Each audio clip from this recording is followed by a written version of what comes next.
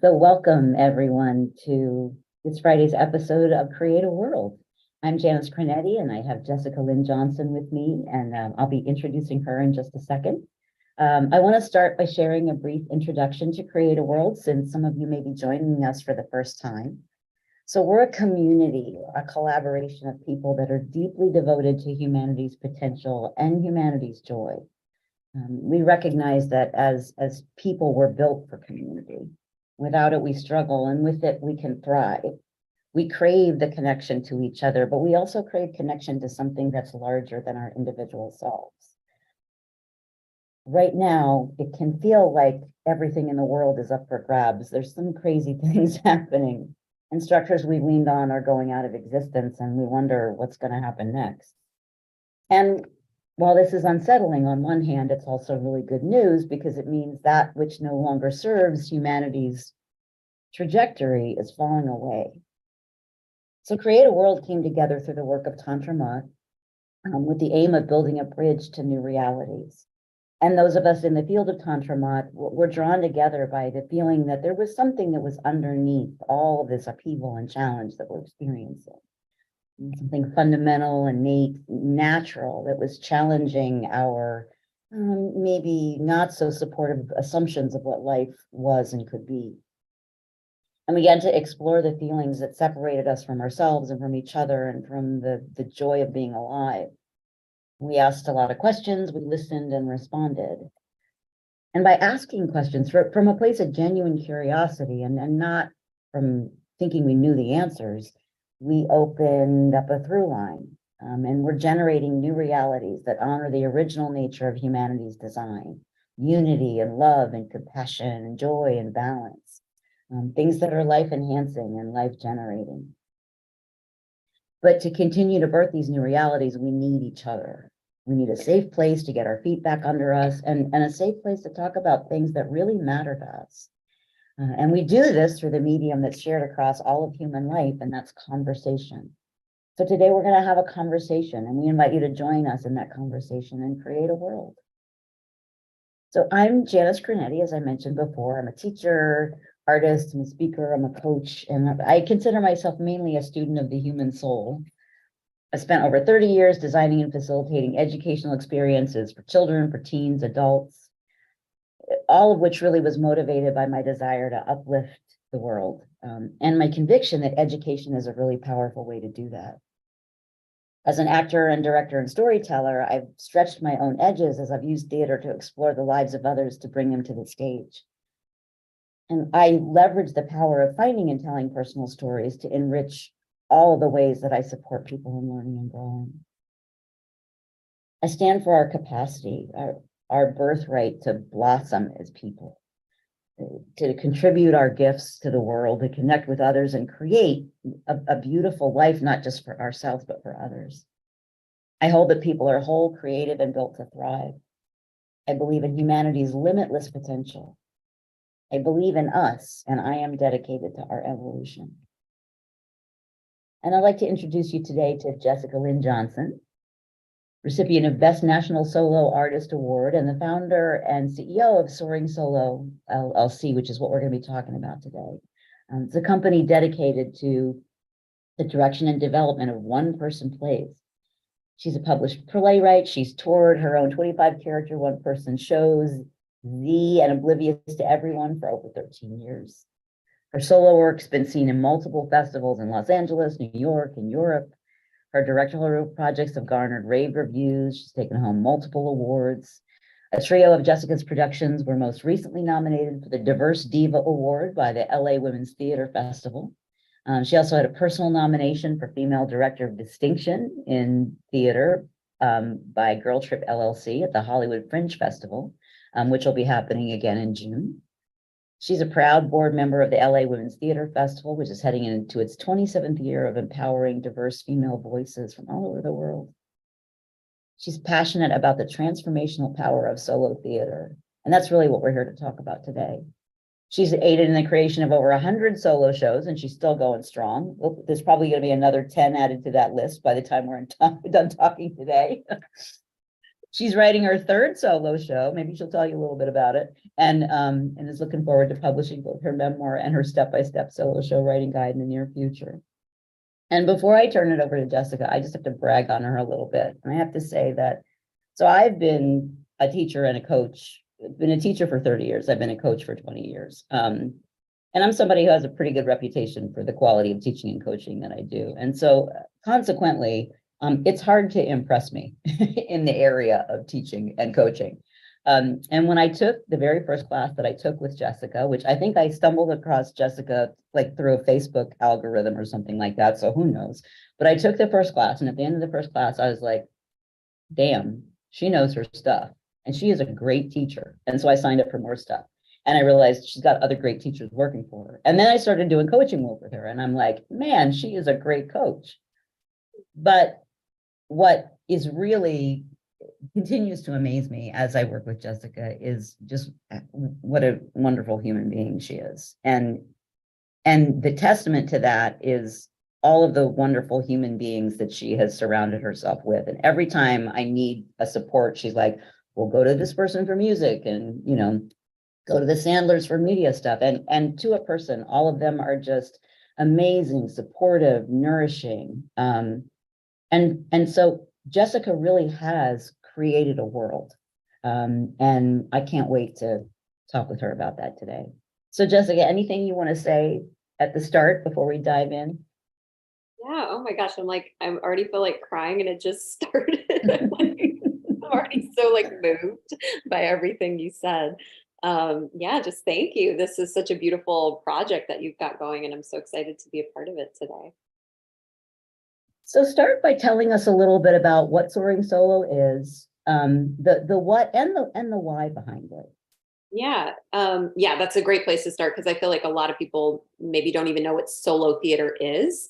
And so, it's a one-person play, and a lot of times people will play a bunch of characters in their one-person play, and a lot of times they're telling their own story from stage, but not always. Sometimes it's historic or fantasy and all of that. So that's kind of the what it is. And then Soaring Solo, me and my team, we help facilitate people telling their stories from stage as creatively and cathartically as possible. So we can start from just the little seedling of an idea, and then be touring the world with the piece of art that we co-create.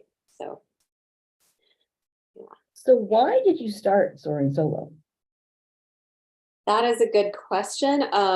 It definitely wasn't like a plan.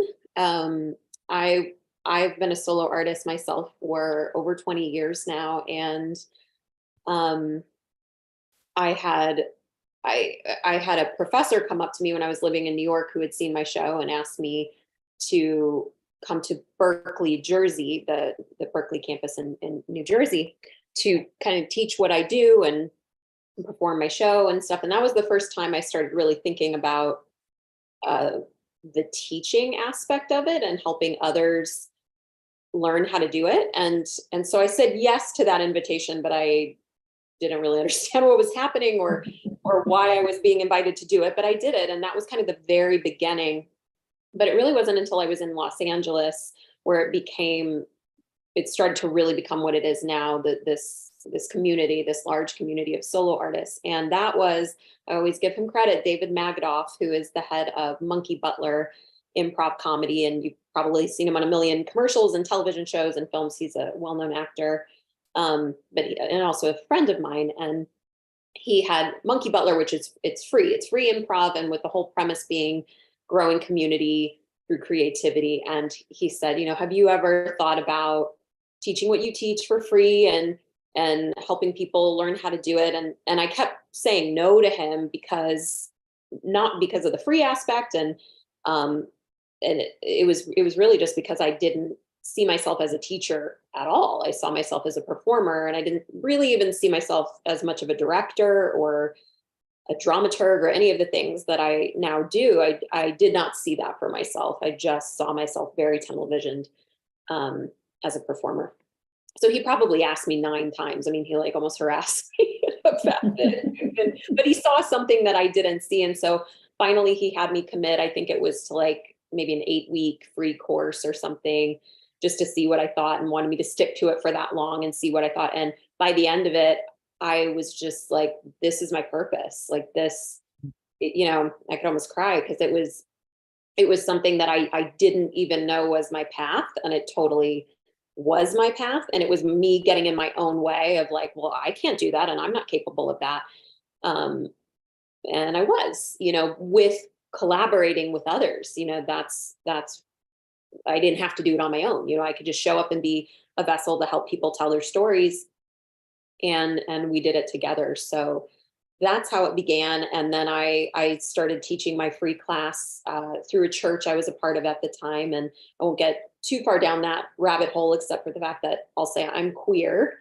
And the church that I was going to was not accepting of that. So we eventually hit a place where they were like, we really can't have you teaching, leading anything, as a queer woman, as an ally of the queer community, all the different things that I was. And so I was like, okay, well, I don't want to stop doing this free class, but this obviously isn't the right avenue for it.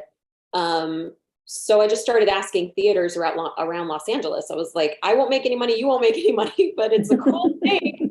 Want to do it? And so, like, most people, of course, were like, no, like, you need to rent the theater like a normal human and pay. I was like, okay. And then I met Brian at the Whitefire Theater, and I told him what happened. And I said, do you have any off hours that I'll work with your schedule, like where a bunch of us weird creative freaks can get together and tell our stories on stage? And he said yes. And I taught the class there many years until the pandemic, and it grew and grew. And I have people come in from all over to take the class, and it's called The Art of Creating the One-Person Play. And then during the pandemic, I moved it to Zoom, and I've been on Zoom since then. And I'll do in-person different events. I'm slowly starting to do that again, but yeah, it's mostly been on Zoom. So that's kind of the path with the class. And then just naturally from that, I had people start to say, oh, can I pay you to work one-on-one? Can you direct me? And so it very organically became a business, like full-time business, not just this thing that I had sort of been dabbling in for many years. And it happened very organically. And that was just because I listened to the call of it very stubbornly, but I did, eventually, like I said yeah. So that's the backstory of Soaring Solo. I think that's so important, Jessica. And, it's funny because for me, I would say that, starting in the solo theater world was also a sort of a listening to the call of it, and something I'd been saying for decades. Oh, I'll do this one day. Just during COVID, this particular set of circumstances revealed itself, and I had this opportunity to write and dove in. And I should point out to everybody that it was only after I made this decision to try to write a show in 4 days and submit it to a festival. It was only after that I discovered Jessica. So the original script that I submitted and the show that I perform now they are just night and day. And that's because of all of the genius that Jessica brings to this work. But there really is something about following that call and being able to see when you're getting in your own way, and being willing to trust. I mean, so many times Jessica's, I'd be like, I can't do it. She's like, yeah, you can. I can't. Yeah, you can. I can't. Yeah, you can. And I would say that those are people that we need to have in our life. We definitely need to surround ourselves with the people that say, yeah, you can. Yeah, you can. And, while not dismissing your fear, your apprehension and all that, but just somebody who's willing to walk alongside you. And I think that's the beauty of your community. So solo work is, on one hand, this incredibly personal, unique thing. So why have a whole community of people that are all doing such unique and individual things? Yeah. So basically you're saying, like, why the need for community when it's such a solo endeavor? Mm-hmm. I'm still figuring that mystery out. It certainly is seemingly contradictory, but the things that I've garnered are that it's hard work, right? It raises up every insecurity. It raises up all kinds of things that need to be healed. It's incredibly vulnerable to stand on stage, even if you're telling, a fictitious story. You're still on stage by yourself, usually for at least an hour, saying, I'm worthy of this attention right now, and you hearing what I have to say. And that isn't easy for a lot of people, for most people. And so I think having a community of people around you who are cheerleaders, who are going to lift you up and who get it. I think the solo art is so unique that having a bunch of people around who are like, yeah, it is hard work. And maybe I am crazy for wanting to do it, but I can't help myself, and really understand what this beautiful beast is. Having like-minded people helps get you through the journey on those days where you're like, can I really do this? This is really hard. And then it's the butts in the seats when you do your show. You have that community who wants to be there and champion you and celebrate this endeavor that's finally manifested on the stage.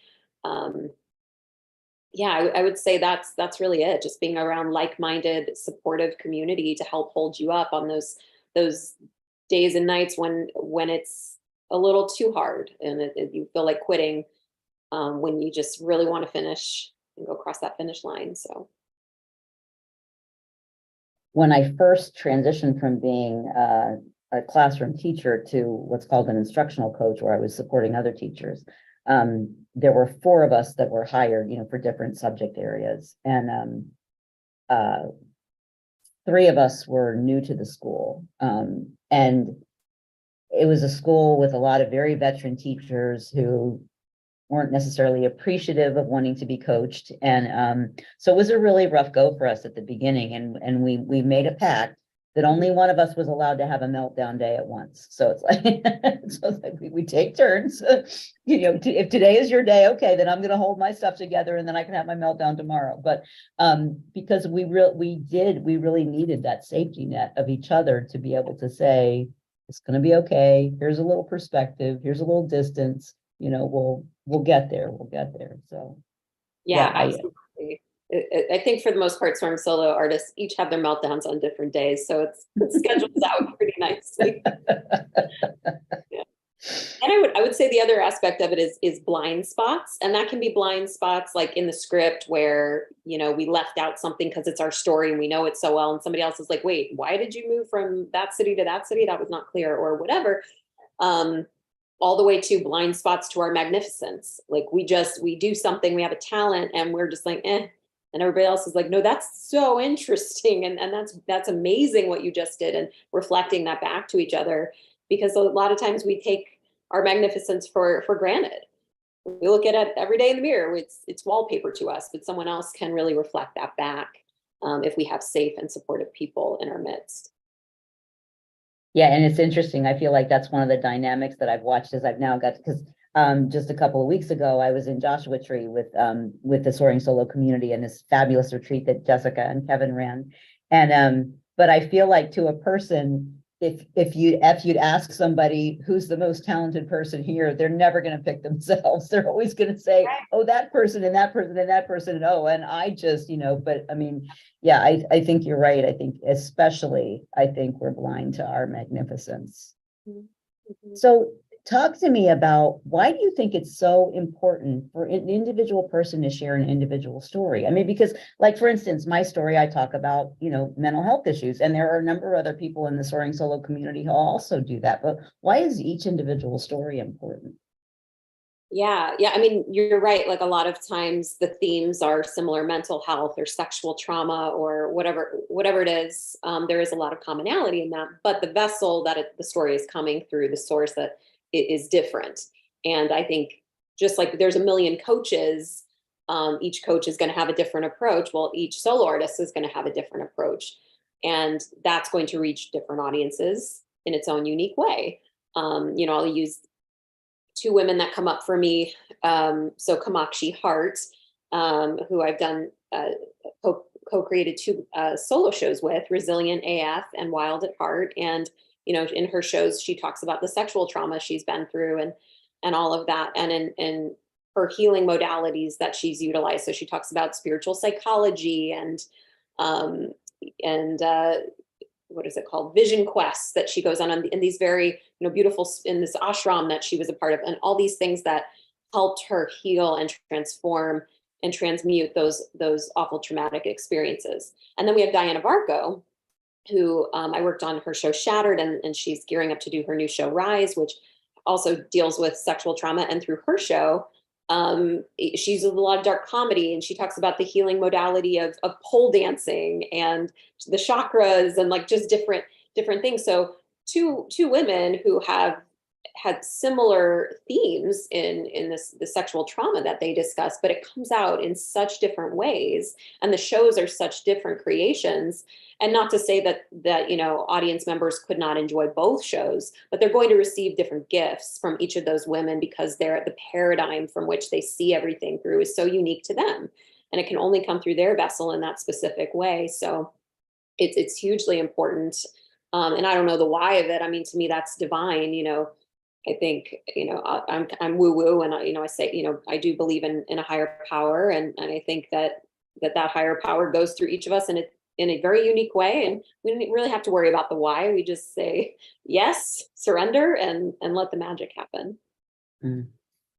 I feel like that needs to be a t-shirt. Say yes, surrender, and let the magic happen. Indeed. Oh yes, 3 cheers to that. Yeah, and because I think, you know, I mean, one of the beautiful things I think about the internet is that like everything's out there, right? Everything that you could ever want to learn about is out there. But I think the other thing that happens is, I think if we have this happens for me anyway. If I have an idea, I think, oh, maybe I should do that, and then I start to check it out, and it's like, oh, but this person's doing that. No, this person's doing. Oh, this. Oh, well, then I don't need to do that. And I think that's a feeling that we need to resist, because like you say, each of us is going to bring our particular message, flavor, viewpoint, and because, as we were talking about before we started the call, this idea of, you know, just reaching one person, you know, you never know how your particular message is going to be the one that really rings true and maybe opens somebody's eyes for the first time. So I think it really is important for each of us to value the individual journey and story that we bring, whether we're bringing it to the stage or through writing or through artistic expression or even in a board meeting. You know, I mean, doesn't, you know, any way that story shows up. Yeah, and that brings it all back to community again, because that mental chatter that is not serving us, of, well, all these limitations or lies that we buy into, that's where we need that support system to go, no, I love your show, I love your message, I love the characters you play, I love, you know, reflect that back to us, because otherwise we get lost in that mental chatter, and it takes us down or stops us or creates writer's block, or the different things that it, you know, it's insidious, those types of thoughts, and they do stop us in our tracks if we don't have either enough tools in our own tool belt, and I think community to support us. Indeed. I was on a Facebook group recently, and a person was, you know, who was, I think she's going to be at the Edinburgh Fringe, and she was, you know, basically saying, you know, what do you do when you go into this paralysis of, why am I even doing this? And I'm not good enough, and blah, blah, blah, blah, blah. And so I shared some of the things that, you know, that I've done and that I've learned through Soaring Solo. And I also tacked on there, and I said, and just to take it from a snarkier perspective, keep in mind that it's the patriarchy that wants you to be silenced. So if it helps, you know, just imagine that every time you go out on stage, you're giving him a swift kick in the business and taking him down a few pegs. So yeah, I think we need to be able to be those supportive voices for each other. That's such a good point. Like with women, I don't think are necessarily typically raised to speak up, speak their truth, use their voices. That's not necessarily something that is instilled in most of us. And so, yeah, it can be doubly hard to speak our truth. Mm-hmm.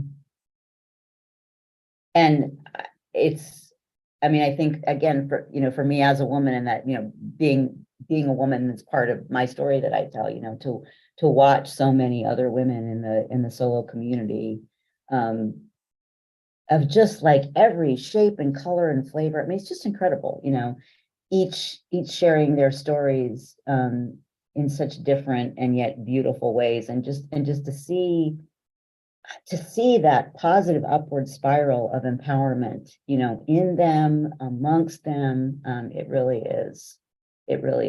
it's a beautiful thing, I think. Another thing I want to talk about is what I feel like is the culture that you've created. Because again, I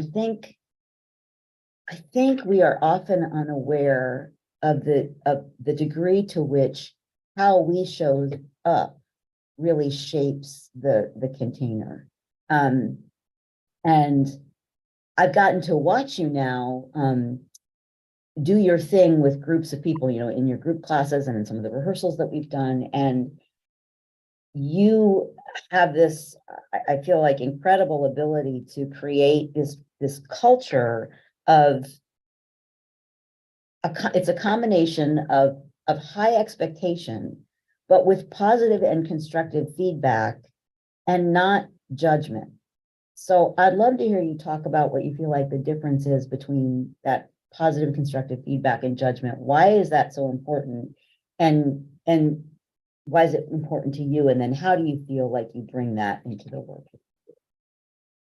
Yeah. I think again, that's something that just happened kind of organically in terms of how I feel led to lead. And I find that, I mean, I've worked with hundreds of solo artists at this point, and there's usually a handful of the same mental banter that just goes on in everybody's heads, that is quite negative and quite limiting and all about unworthiness and not enoughness and who wants to hear this story, and do I really have a story worthy of telling, and hasn't this been done a million times before? I mean, I could go on with the things that most people will bring to me as a coach and say. And so it's not usually, oh, I don't know what story I'd want, I don't have any ideas. That's not usually what happens. I think people know what they want to say and they talk themselves out of it.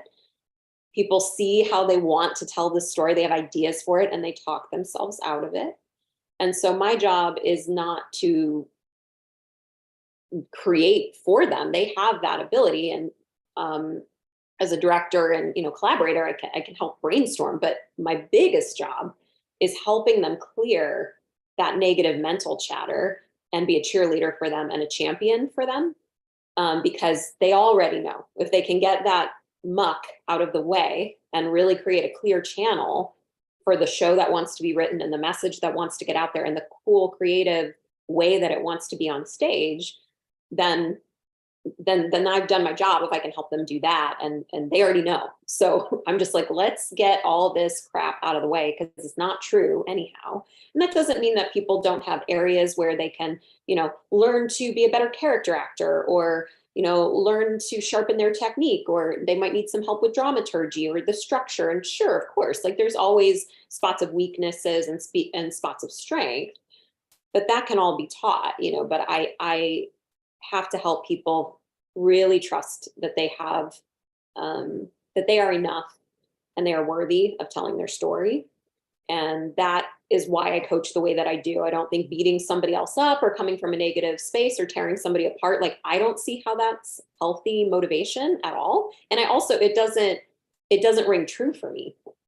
I think that like my superpower as a coach is to be able to, whoever's sitting in front of me, I really see how awesome they are. And I really see the story that wants to come forth. Like that's my gift, is being able to sit with them and be like, no, you're awesome. And I guess you don't see that, but let's get you to understand that so you can share your story and better the world through it and help people and help yourself through doing that.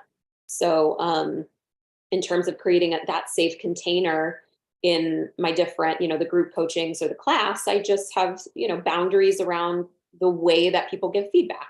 I only allow questions and I only allow praises. so we can see, are there blind spots? And also, what is this person doing well and right?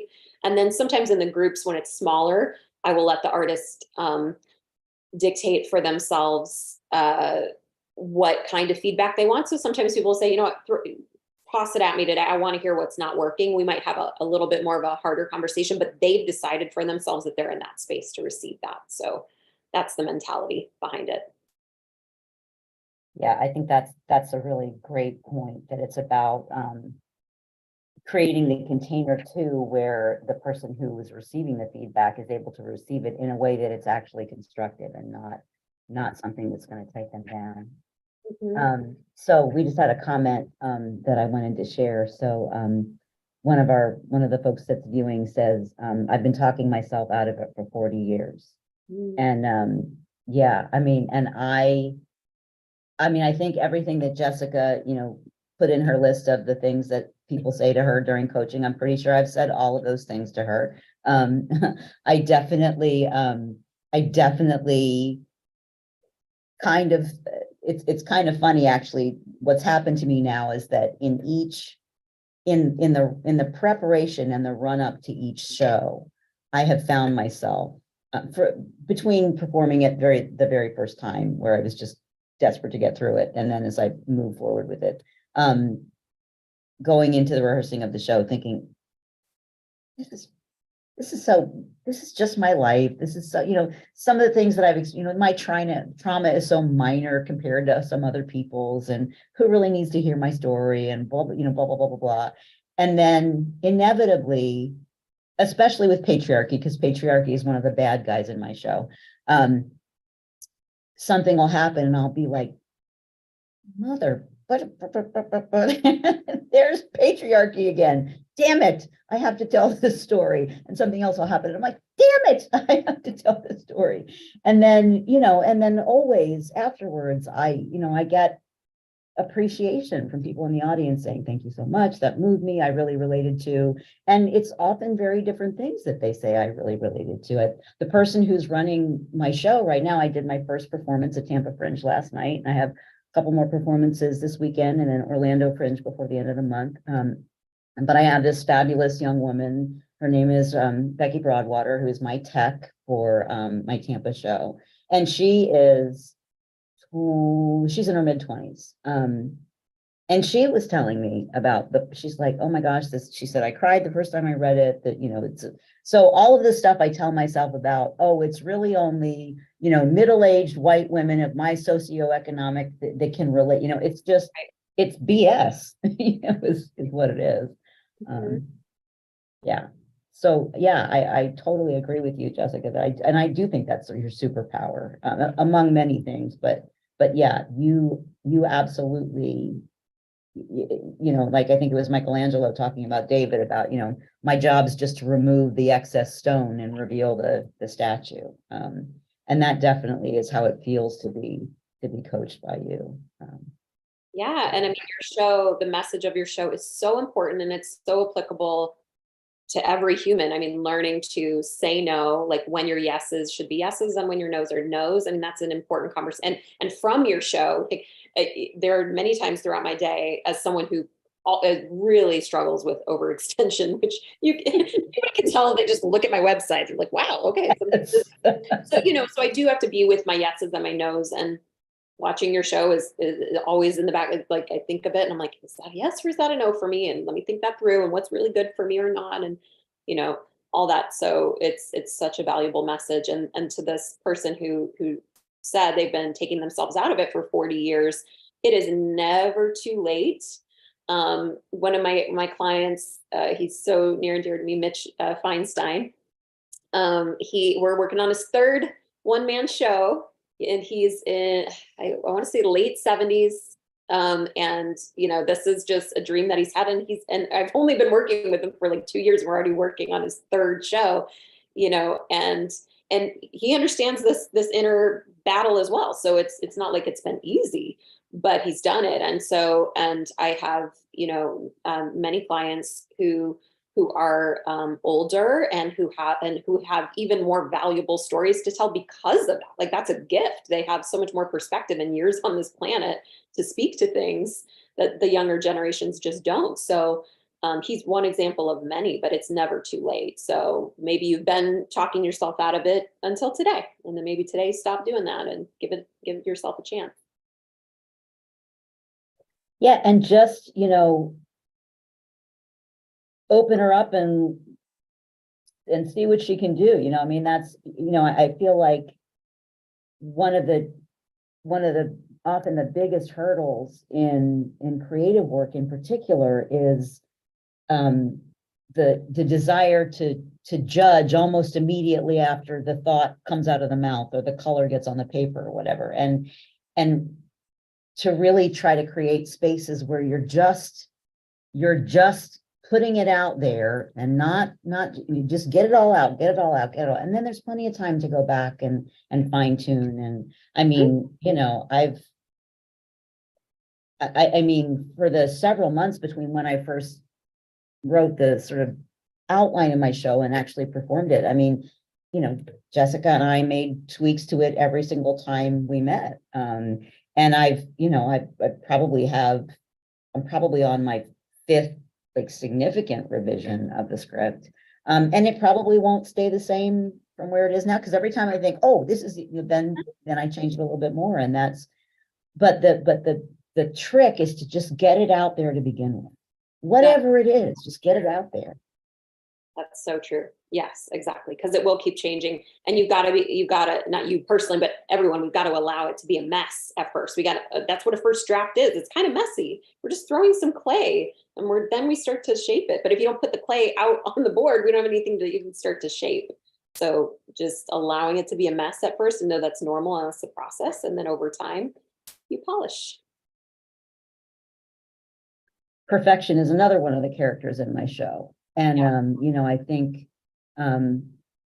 especially many of us who were raised in more Western cultures, this idea that, first of all, the idea that perfect even exists is ridiculous.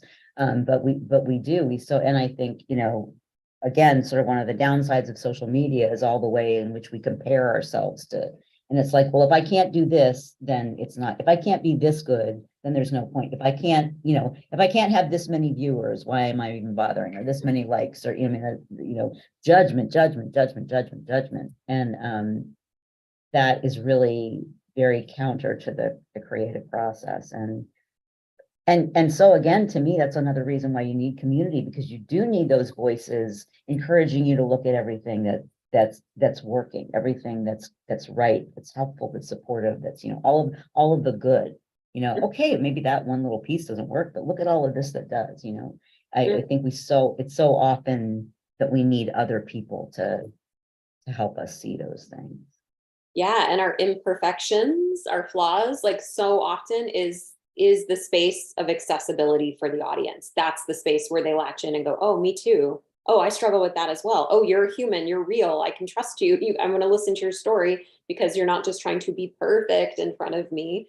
You're being a human, and with all the complexities of that. So yeah, I don't think anybody's like moved by someone who stands on stage and just shows all their best sides. Like, that's just not compelling. It's not real. We all have our fabulousness and our flaws and everything in between. So can you talk a little bit about how doing your own solo shows, like the role that's played in you becoming who you are now? yeah, I mean, I think because I walked that path for so many years and felt all the feelings and had the times where I felt really confident or the times where I fell on my face, like I can empathize so intimately with what solo artists are going through. And, even now I shared in one of my email blasts a couple of days ago, I'm writing my book, Soaring Solo, about the creation process and touring process of a solo show. But, even, I go through the, like, is this really going to help anyone? And like, is this, and they were like, what's the point of spending 30 minutes on it today? And, and you said you were going to have it done forever ago. This is just embarrassing at this point. Stop talking about, like, all the, I deal with the mental chatter too. And so I'm learning to be more vulnerable about that with my community and say, yeah, me too. Like, I get it. It is hard. And, but you do it anyway. You're like, thank you, rude voice in my head. I'm going to sit at my computer anyway. And if you want to keep chattering, fine, but I'm going to do the work anyway and see what shows up. So I think it just gives me a sensitivity and an understanding of what the community is going through, to be able to speak to it from an empathetic place. What moved you to do your first solo show to begin with? Honestly, so I'm from Missouri, and I wanted to move to New York City after college. And I was like, well, I can't just move there and try and be an actor without anything to show for myself. I have my degree and everything, but I was like, I need to show up with something. So I just wrote a play. I wrote Oblivious to Everyone, and featured a bunch of characters that I could play. And the first rendition of it, I wrote in one night because the characters were in my head and I kind of already knew what they wanted to say. And it was just very much about the business of things and being an actor and kind of creating a showcase for myself, so to speak. So that was kind of Oblivious, and it did well. And I toured with it for 10 years and all of that. But with Z, that came from a place of, I must tell this story. It's about my own sexual and spiritual journey. And it's told through a fictitious lens of this character, Tessa. And there's a lot of things in the play that did not happen to me in real life that happened to the character Tessa, but it was my way of working through some of the complexities that I was going through. So in my second show, it wasn't as much about the business agenda and like being in the industry and creating a calling card for myself. It had very little to do with that. And it was more just, I needed to work some things out that were going on with me as essentially a closeted queer woman, who this was the art form that I had to work through my stuff. And, it turned out that it helped other people too. And that's great. But I was just trying to work out my stuff and use my art to do it. And then it took on the life that it took on. But that's been my journey with my two shows. Because I feel like that's another important message, is that I'm not sure that we always give ourselves enough credit to say, even if this only helps me, that makes it a worthy endeavor, right? And yet it does, because the more we become fully formed, fully expressed, authentic human beings, the more we create space for other people to do that. And I was talking to somebody recently, it may have even been one of the conversations I was having with somebody at Joshua Tree, just saying, can you imagine what it would be like to live in a world where everybody was this fully formed, fully expressed, authentic version of themselves? I mean, it would just be, I don't know, like, I think we'd just be all having orgasms all day long, all the time. It would be so incredible, So even if you just do it for you, you matter, your happiness matters, your joy matters. Yes. And I remember, I don't remember if it was in a TED Talk or when, but Elizabeth Gilbert, who wrote Eat, Pray, Love, when she had been asked some question about, her inspiration for writing the show or for writing the story and the film that came from it. And if it was for everybody else, essentially, and if she had the big mission in mind. And she was like, no, when I was writing most of that, I was a mess. She was like, I was a hot mess. And I just expressed that on the page. And that was my motivation, was just to get it out and get it on the page. And then it became what it became. So I think even if it feels like it's a mess, or you feel like you're a mess right now, that's okay. Use it and turn it into art. And that vulnerability and that expression can absolutely help other people. And you can shape it and make it more polished later when you're doing a little better, maybe a few therapy sessions, yoga classes, and meditation later, you can polish it up a little bit, but don't let that stop you by thinking, oh gosh, I'm in such a mess right now. Use it and, let your mess become the message, as people say. So. Because there is so much commonality across the human experience. Like when you were able to rattle off like the 5 things that almost every single one of your coaching clients says, right? That's because as different as we can be sort of on the surface in terms of, how we look and what our interests are and all that sort of thing. Yeah. There's, the condition of being human being is so similar from one human being to the, and we all do have so much of the same conversation in our head and the same pains in our heart and the same longings and wants. And so, to me, the likelihood that you, even if you think, oh, I am just doing this for myself, the likelihood that you're literally the only person it's going to impact, no, right. It's going to impact somebody else. And you just don't even have any idea how or where or when yet, but it will impact somebody. Yeah. And I compare it to like 12-step meetings a lot of times. I think when you think about it on that, you'd say 12-step or even going out for coffee with a friend, the intimacy of sitting and being witnessed, sharing your story, sharing your truth, and being witnessed by either a group of people or another person. And that's it. That's all that happens is you share your story and they hear it. That is life-giving. That is life-giving to people. So then when you bring it to the scale of creating a show, I mean, that's really profound. So, but I love to liken it to that. Like, think about, if you're in a support group or a 12-step and you hear somebody share and you're like, oh, wow, I feel so much better now because I resonate with what they said. It's only elevated in a theatrical piece when you're saying that in front of a whole audience and being that vulnerable. In the field of Tantra Mat work that we do, we talk a lot about this, the reality of separation and sort of this, this world that we were born into, that would have us believe that, human beings are, they're completely separate entities from each other, and they're completely separate entities from creation, and they're completely separate entities from God. And yet, the reality is that everything is completely connected, interwoven. I mean, absolutely, we are the fabric of each other's lives, to quote a commercial from back in the day. But again, I feel like, for those of us that want to take a stand against the things that aren't working,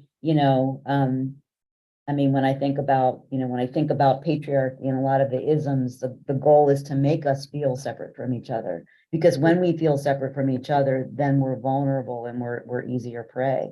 But when we have deep connections, even to just one other person, oh my gosh, has had that experience too. Yeah, it absolutely, I feel like it changes us at the DNA level. There is a strength and a power in that just can't ever be taken away from us. And so, I think,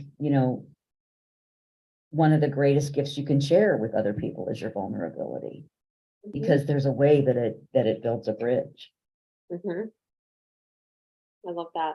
Yeah, we are all definitely interwoven in this tapestry. So very important.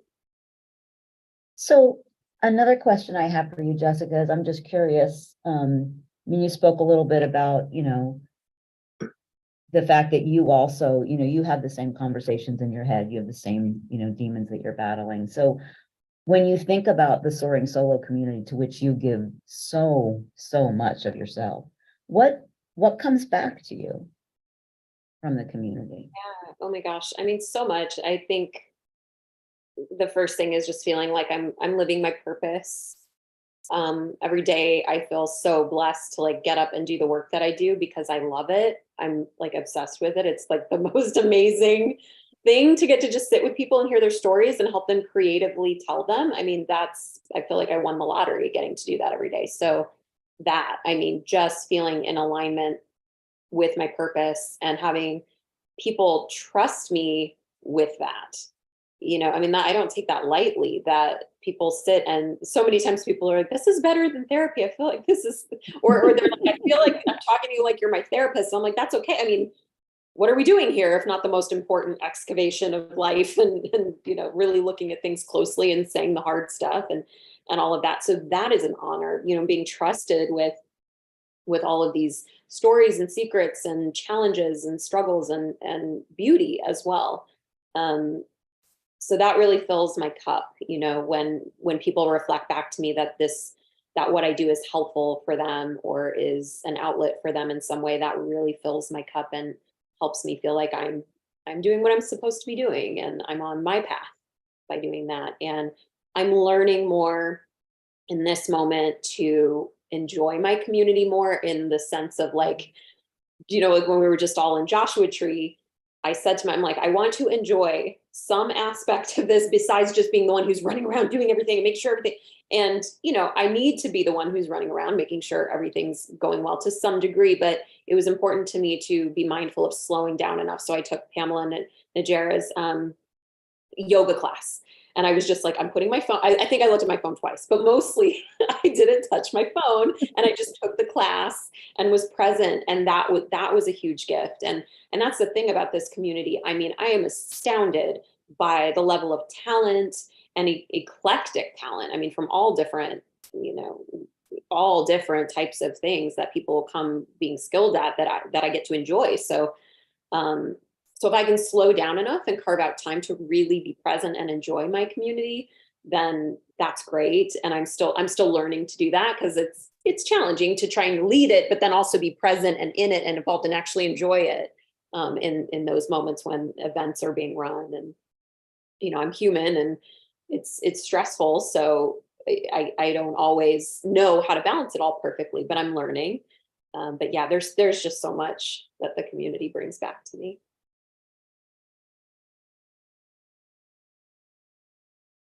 I mean, I think that's another thing that we often have to remind ourselves to do, to stop and to be on the receiving end of things. I mean, as an actor, one of the hardest things for me always, frankly, is to engage with the audience afterwards, and not that I don't want to hear what they have to say, but there were many years where I even struggled to take in a compliment. I just couldn't, like, I could take feedback, criticism all day long, but I couldn't take in a compliment. And yet, you know, as I had the experience at Joshua Tree watching other people perform and felt so compelled to share with them the way they moved me, I realized that, wow, that taking the compliment isn't just a gift to me, it's a gift to the other person. The other person wants to engage with me that way. And so making space to receive back from what we're putting out there can be really, really challenging. And yet, to me, that is what really, really builds this weave that brings us all together and creates this container that holds us all so beautifully. Mm-hmm. That's such a great point. So as we move into the last little bit of our conversation, anything else for you that you'd really like to share? Or I mean, I think if anyone is listening and this is resonating and they are feeling like they want to tell their story, I mean, just take a single step, whatever that step is. Maybe that step is taking your journal and your pen and just scribbling some stuff. Maybe it's, you know, going on a walk and letting your mind open up with creative ideas. Maybe it's coming to my free class tomorrow, May 13th. It's happening tomorrow. You can go to soaringSoloStudios.com and sign up. I mean, whatever it is, like, pick a single step, because it's all about single steps toward a goal. But let yourself take action, because you deserve it and you certainly have a story worth telling. So get out of your own way and start walking toward it. yeah, indeed. And yeah, and anybody that's yeah, so soaringSoloStudios.com is Jessica's website. Tell them a little bit more about some of the stuff that they can find if they go there, Jessica. Sure. So if you go to soaringSoloStudios.com, there is a free stuff section. And under the free stuff, there's my free class, which is on Zoom once a month on Saturday. And you can sign up there.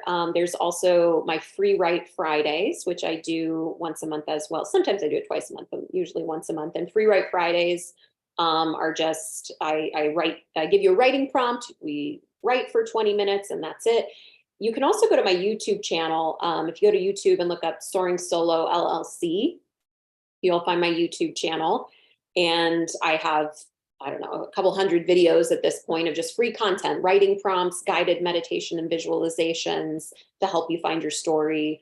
And then just more pragmatic videos about, the industry and the creative process and structure and all sorts of things. So there's all kinds of free content. You can also just email me at soaringsoloartist@gmail.com or fill out a contact form on my page and just be like, hey, thinking of doing a solo show, or I don't know, whatever you want to say, just reach out, make contact, and we'll go from there. And again, I have to brag on Jessica that she's a great teacher. And every class that I've taken with her has yielded tremendous fruit. In fact, the perfection character that is probably my favorite character in the show to do, that came directly from I think it was one of the free write Fridays where you took us through a meditation first, and this voice came, but I had no idea. And that's, to me, I think that's another really powerful part of the process, is that I learned things about my own story while I was writing it. I mean, there were dots that I had not even connected until I wrote the story. And I went, oh.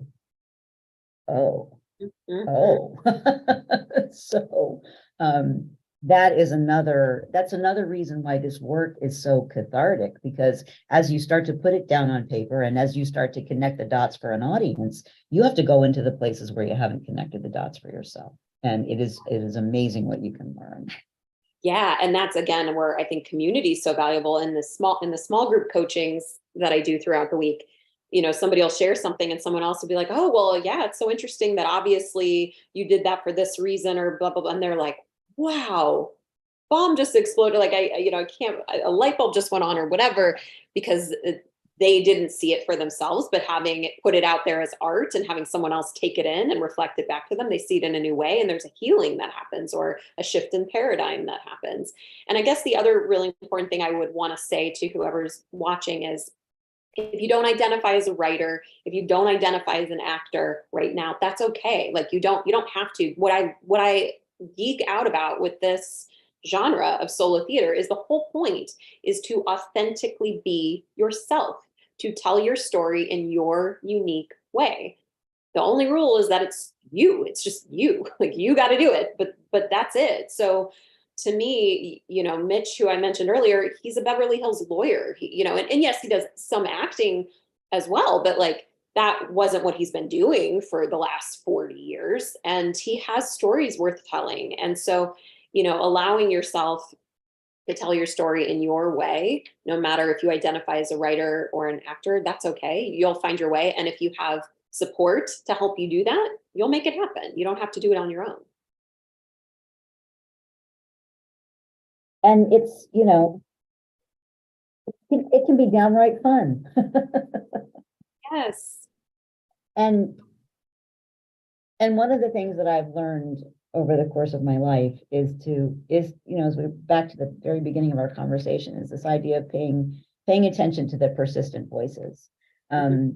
If something is niggling in the back of your brain, it's just going to keep getting louder and more prominent, and finding sneakier and sometimes even more affronting ways to get your attention. So just listen and trust that if you feel like there's something that you really want to share, there's a reason that you feel that way. And there are other people out there that are waiting for you to share what you have to share. There really are. So give yourself and them the gift of of, of putting it out there. Mhm. Well said. Jessica, it's been such a joy talking to you today because I'm still learning a lot of this stuff about you. And so I just plus I just love being in your presence.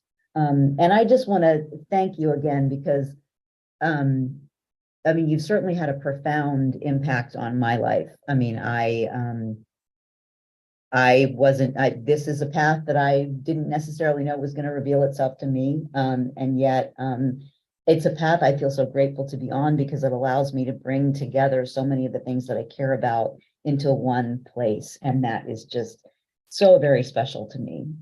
So just thank you for everything that you do and for everything you are. And maybe we'll talk again on Create a World soon.